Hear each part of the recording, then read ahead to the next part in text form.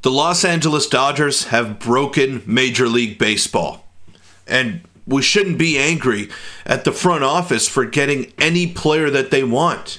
We should be angry at the players for banding together, taking less money to go to the Dodgers. It just doesn't make sense to me. Let's try to break it down on this episode of 3 Up, 3 Down.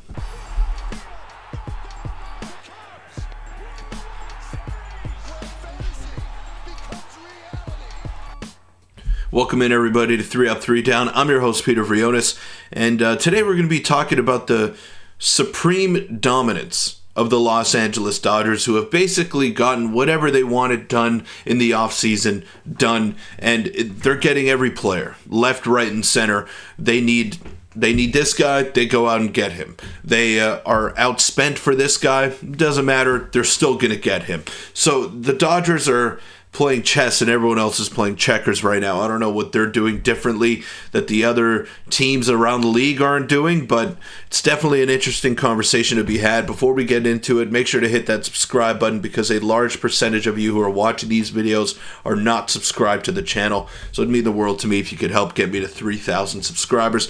But let's not waste any time. Let's take a look at what happened and what triggered this response out of me. So yesterday, Tanner Scott and the Los Angeles Dodgers were in agreement on a 4-year, $72 million contract. Scott, who's 30, was the best free agent reliever available this winter and got paid an elite amount as part of a deep Dodgers bullpen.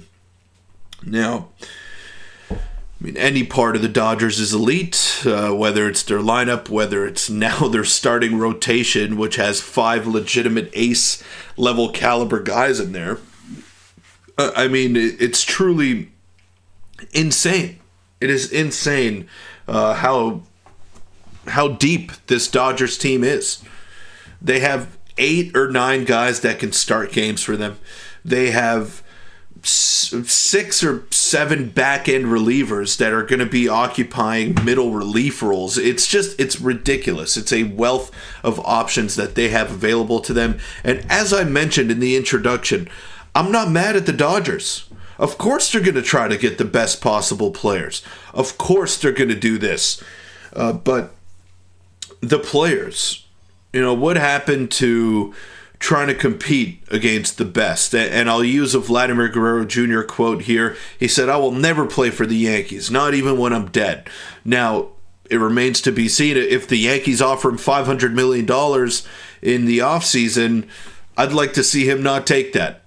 I think it's going to take some serious willpower to not take that contract from the New York Yankees. So you could say what you want about wanting to compete, but at the end of the day, guys are going to take the easiest way out to win a World Series. And right now, the easiest path to a World Series is playing alongside Shohei Ohtani, Freddie Freeman, Mookie Betts, Yoshinobu Yamamoto. The list goes on and on and on. The Dodgers won the World Series comfortably last year in 5 games. No contest. The only team that really gave them a run for their money was the San Diego Padres, and a large reason for that was because of this guy, Tanner Scott. He was the best reliever in the postseason, or one of them. And now he jumps ship from San Diego, arch rivals of Los Angeles, and goes to the Dodgers. That to me is a very weak move. Roki Sasaki, I get it. He's got a Japanese brotherhood on the Los Angeles Dodgers. I understand all of that. But for a guy who said he wants to prioritize development, prioritize being in a more low-key environment, couldn't be further from the truth. So these guys are just lying right through their teeth until they get the deal that they want from the Los Angeles Dodgers. And that's the way that it's gone here. And it's disheartening. As a Toronto Blue Jay fan, no one knows the groomsman role more than we do, right? The Jays have just been finishing second in every single free agent sweepstake.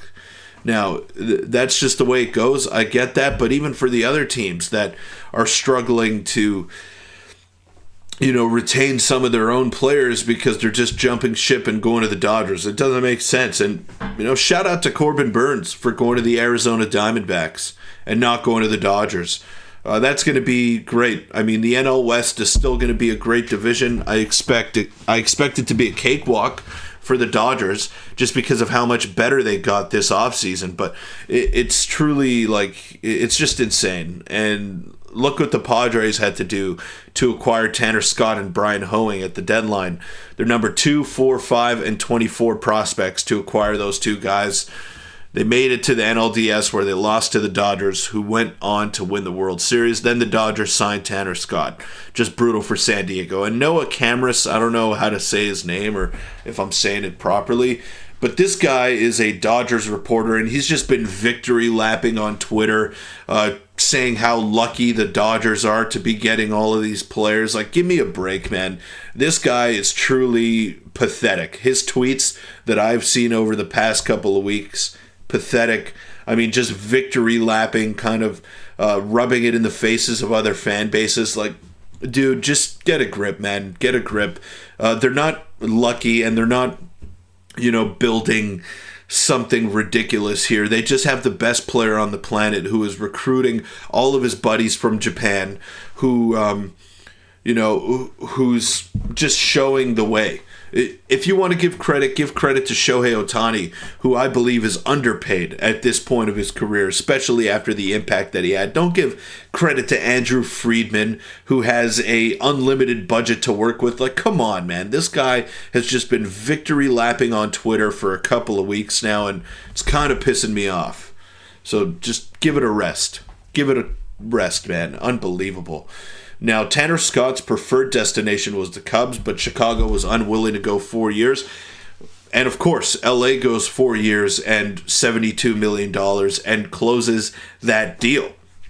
Now, if that's what it took for the Dodgers to get it done, they were going to get it done. So I guess you can give Andrew Friedman credit on that, but it's just a different budget that they're working with, man. Totally a different budget. And is it fair to the other teams? Not necessarily, but the other teams are all owned by billionaires as well, so they could be spending a little bit more money. I'm not mad at the Dodgers front office for getting these deals done. I'm mad at the players for banding together and creating this lack of parity in Major League Baseball. Anything could happen once you get to the playoffs. We know that already. It's not a foregone conclusion that the most talented team is going to win, but you keep assembling teams like this, and Tanner Scott was offered more years and higher annual revenue with the Boston Red Sox, and he declined that. And then if you look at his stats, he's been elite bordering on 2 years now, and I'm sure he's going to continue to be elite, especially with all of that insulation in the Dodgers bullpen. But let me know in the comments down below. Do you think this is bad for baseball? Do you think the Dodgers are ruining the game? And I will see you all tomorrow.